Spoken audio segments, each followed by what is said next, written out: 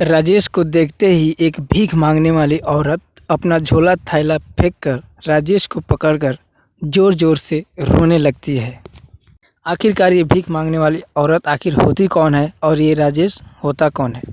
बड़ा ही दुर्लभ घटना है। इस घटना के बारे में पूरे विस्तार से जानिए और अपने आप को बचाइए। और मैं भगवान से प्रार्थना करूंगा कि आप लोग हमेशा खुश रहे। जो भी मेरे चैनल पे आ रहे हैं, मेरे इस कहानी को सुन रहे, उनके जीवन में कभी ऐसा कोई संकट ना आए, वो हमेशा खुश रहें। ये राजेश सिवान से कुछ काम के लिए दिल्ली जा रहा था। गोरखपुर से इन्होंने ट्रेन चेंज किया और वहाँ से ट्रेन इन्होंने पकड़ा दिल्ली के लिए। और ये तो सबको पता है कि ट्रेन में बहुत तरह के लोग आते हैं मांगने वाले। कोई किन्नर होता है, तो कोई गाने वाला होता है, तो कोई कुछ बेचने वाला होता है, तो कोई भीख मांगने वाला होता है। बहुत तरह के लोग ट्रेन में आते हैं। तो राजेश ने भी ऐसे बहुत लोगों को देखा मांगते हुए, कुछ बेचते हुए। उसमें कोई जेंट्स होता है तो कोई लेडीज़ होती है, सब मांग रही थी। बोगी में राजेश अपने सीट पे बैठा हुआ था। सभी लोग अपने अपने सीट पे बैठे हुए थे। ट्रेन लखनऊ स्टेशन से अभी पहुंचने के बाद वहां से फिर रवाना हो गई।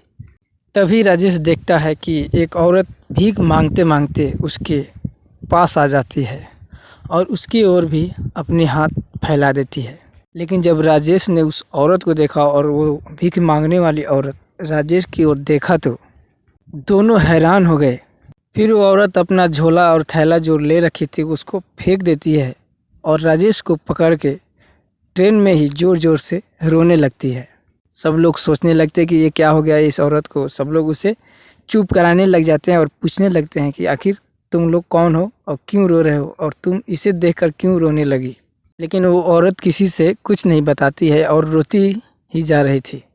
फिर राजेश पूछता है उस औरत से कि बताओ, तुम ऐसे इस हालत में क्यों अभी घूम रही हो? तुम भीख क्यों मांग रही हो? तुम्हारे साथ आखिर हुआ क्या? फिर वो औरत कहती है कि मैं सब बताऊंगी, प्लीज़ एक बार मेरे सुनने के लिए तैयार हो जाओ, मेरी बात मानो तो चलो मेरे साथ। फिर ये राजेश कहता है कि नहीं, अभी मैं तुम्हारे साथ नहीं जा सकता हूँ। अभी मैं कहीं काम से, ज़रूरी काम से लिए जा रहा हूँ। उधर से जब लौटूंगा 2 दिन 4 दिन के बाद तो मैं तुम्हारे पास आऊँगा। वो औरत कहती है कि मैं भगवान से बार बार प्रार्थना करती थी कि एक बार तुमसे मिल जाऊं। आज मिली हूं तो तुम कह रहे हो कि मैं फिर दोबारा मिलूंगा, पता नहीं मिलोगे कि नहीं। तो राजेश कहता है कि ज़रूर मिलूंगा, ये लो मेरा नंबर, तुम मुझे कॉल करना, या तुम्हारे पास कोई फ़ोन हो तो वो मुझे नंबर दे दो ताकि मैं भी तुम्हें कॉल कर सकूँ। लेकिन उस औरत के पास फ़ोन नहीं था तो राजेश ने ही अपना नंबर लिख कर उसे दे दिया। और अगले ही स्टेशन पे वो औरत उतर जाती है और राजेश सीधा अपने काम के लिए चला जाता है। लेकिन 3 दिन बाद उधर से जब लौटता है तो राजेश फ़ोन करता है उसके पास पहले वाले नंबर पे, लेकिन उस नंबर पे फ़ोन नहीं लग पाता है और राजेश सीधा अपने घर चला आता है।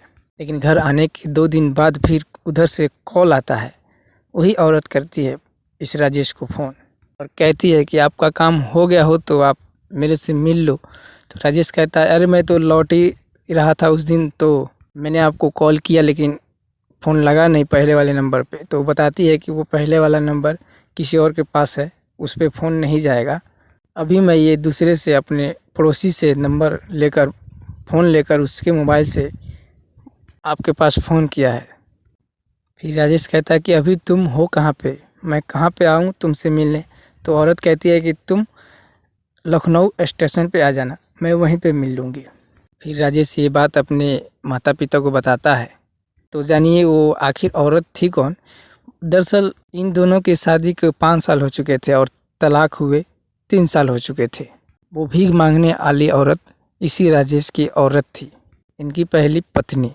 जब इन दोनों की शादीशुदा जीवन चल रहा था तो छोटी छोटी बातों पर जब लड़ाइयाँ होती थी तो उस औरत के घर वाले ने सिर्फ राजेश को ही डांटते थे, उस औरत को कुछ नहीं बोलते थे और भी उसको भड़काते थे और उस औरत को चढ़ा बढ़ा करके इन दोनों के बीच तलाक करा दिया। फिर वो औरत अपने मायके चली जाती है और अब मायके जाने के बाद कुछ दिन रहने के बाद उनका भाई कहता है कि मैं तुम्हारा खर्चा कब तक उठाऊंगा, मैं तुम्हारी शादी कर देता हूँ, कहीं तुम चले जाओ अपने ससुराल रहना। लेकिन शादी एक बुजुर्ग व्यक्ति से करने जा रहा था, उससे पैसे ले लिया था उसका भाई और उसको बेचने जा रहा था। राजेश की पत्नी का नाम था सुशीला। जब सुशीला को पता चलता है कि मेरा भाई मुझे बेचने जा रहा है किसी बुजुर्ग आदमी के हाथों से, तो वो घर छोड़ के भाग जाती है। और घर छोड़ के भागने के बाद जब उसे कोई रास्ता नहीं दिखता है तो वो ट्रेन में भीख मांगने लगती है। फिर वहाँ पे राजेश से मिल जाती है एक दिन। यही बात राजेश अपने घर वाले को बताता है कि सुशीला मुझे मिली थी, वो ट्रेन में भीख मांग रही थी।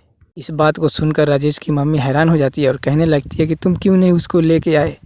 फिर राजेश कहता है मैं तो काम के लिए जा रहा था तो मैं कैसे लेके आऊँ। अगर उसके बारे में पूरी जानकारी लिए मैं उसे नहीं ला सकता, क्योंकि वो पहले भी मेरी बात नहीं मानती थी, अभी भी मुझे उस पर भरोसा नहीं था, इसलिए मैं उसे लेकर नहीं आया। लेकिन अब वो मुझे मिलने के लिए बुला रही है। तो राजेश के मम्मी पापा ने कहा कि जाओ उसे बुला के लाओ, उससे पूछेंगे कि आखिर तुम भीख क्यों मांग रही हो, कुछ उसके बारे में जाने, कहीं बेचारी बेकसूर ना हो। फिर राजेश जाता है और लखनऊ जंक्शन पर जाते ही वो इंतज़ार कर रही थी। फिर सुशीला को वहाँ से लेकर फ़ौरन अपने घर चलाता है राजेश।